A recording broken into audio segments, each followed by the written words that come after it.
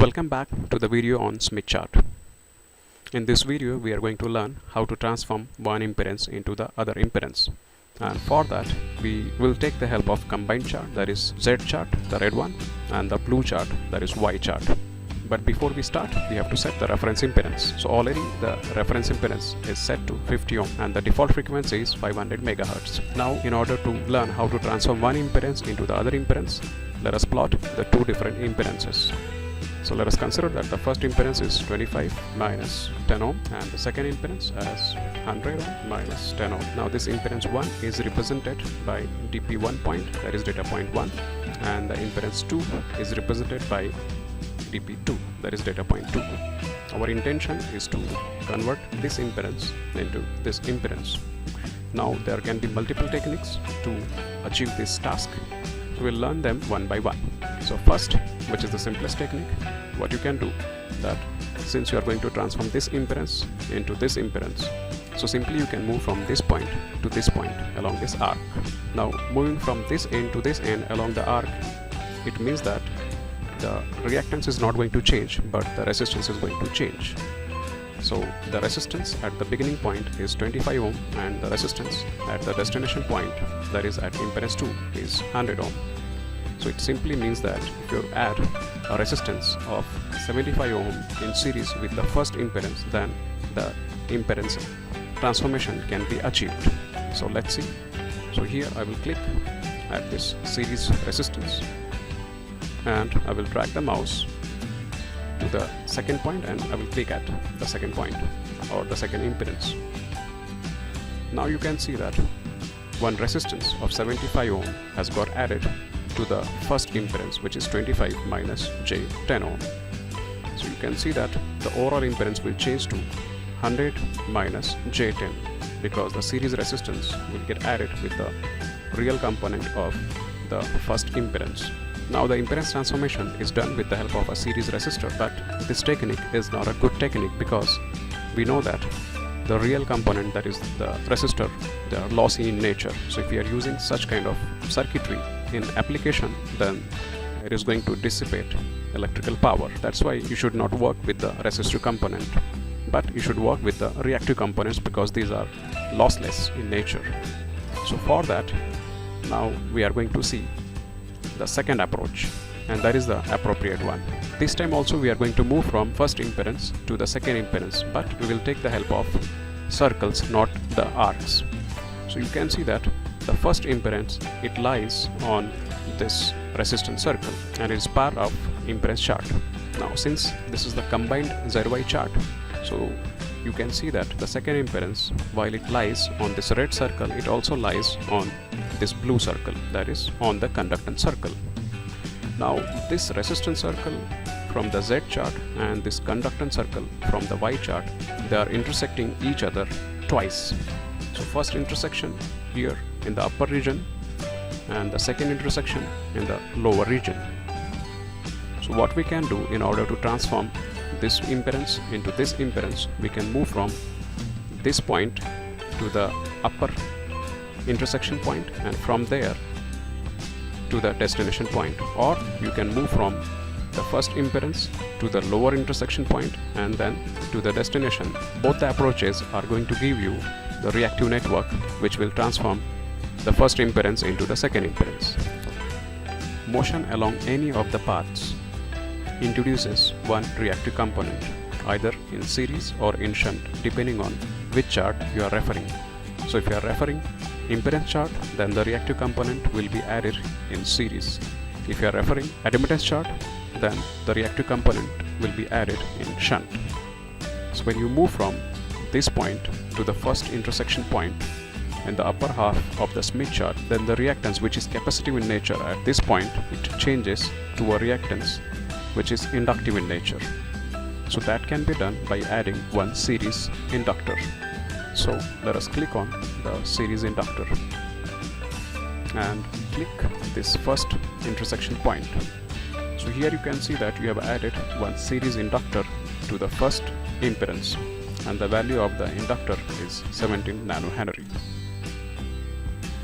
Now you have to move from this intersection point to the destination impedance so that your impedance will get transformed from impedance 1 to impedance 2. Now in order to move from the first intersection down to the final impedance, you have to move on this blue circle, that is the conductance circle. So now this is the second path on which you are moving. So once again, one more reactive component will get added, but since you are moving on conductance circle, that reactive component will get added in shunt.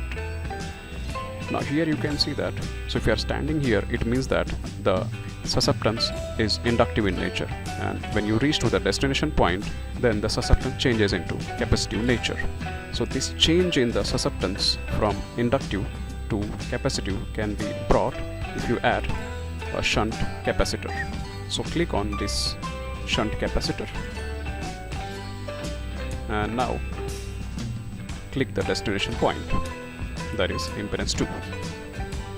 So here you can see the introduction of a shunt capacitor of 5.9 picofarad will transform the first impedance into the second impedance. So this is one of the solutions. Similarly, we can try for the second solution. Now we'll move from the first impedance to the lower intersection, and from lower intersection to the destination impedance. So now you can see that here the reactance of the first impedance is capacitive in nature, and the moment you reach to the lower intersection point, still the reactance is capacitive in nature. Now the reactance here is minus 10 ohm, and when you reach to the lower intersection point, the reactance changes to almost 44 ohm. So you can see that there is increase in the capacitive reactance. So increase in the capacitive reactance can be obtained by adding a series capacitor. So let us click on this series capacitor and click at the lower intersection point.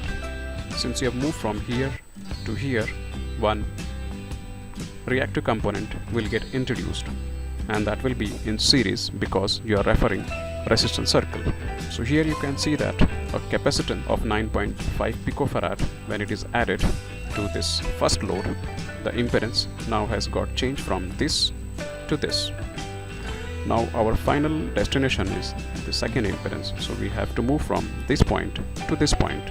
Now we'll take the help of this blue circle. Now once again, since you are moving along this path, one more reactive component will get introduced. This time it will be in shunt. Now we have to see the nature of the component. So here at this point, the susceptance is capacitive in nature, and when you reach to the destination point, still the susceptance is capacitive in nature, but it is very close to 0 because you can see that this point is near to this horizontal line which represents 0 reactance or 0 susceptance.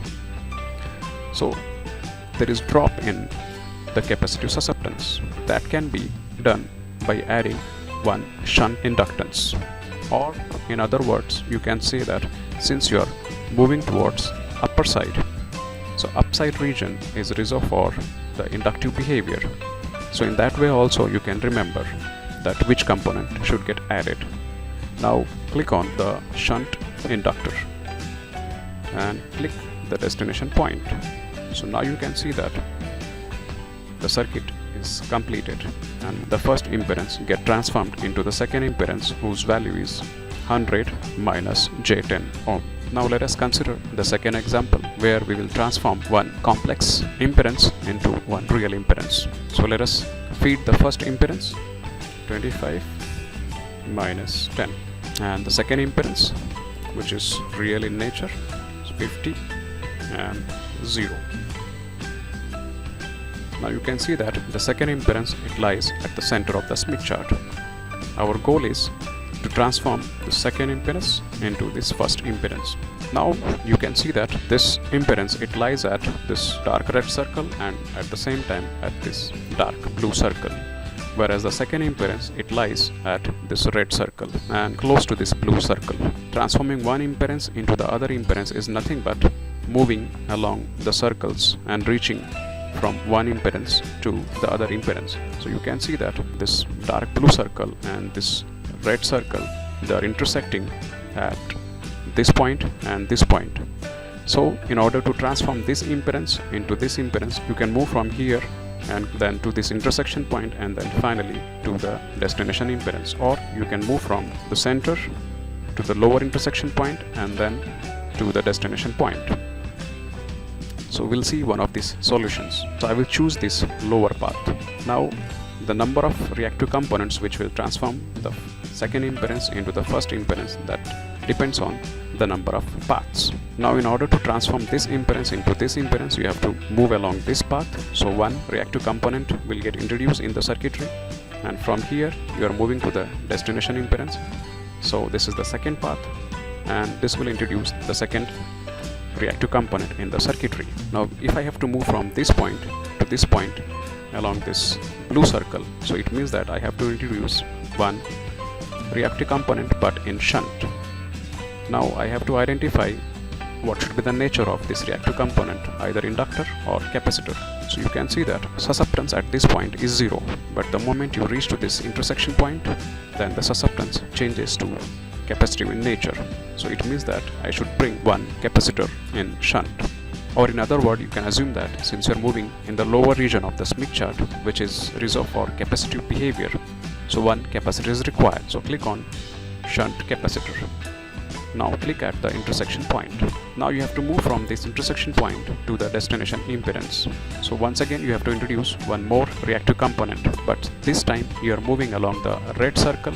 So it means that the component added will be in series. Now we have to identify what should be the nature of component, capacitive or inductive. Since you are heading upside, simply the inductor is required, or you can say that at this point the reactance is larger, and when you move to the destination point the reactance reduces because you are moving closer to this horizontal line. So if you move closer to this horizontal line, then the reactance or the susceptance reduces. So here the reactance is larger and capacitive in nature. Here still the reactance is capacitive in nature but of smaller value.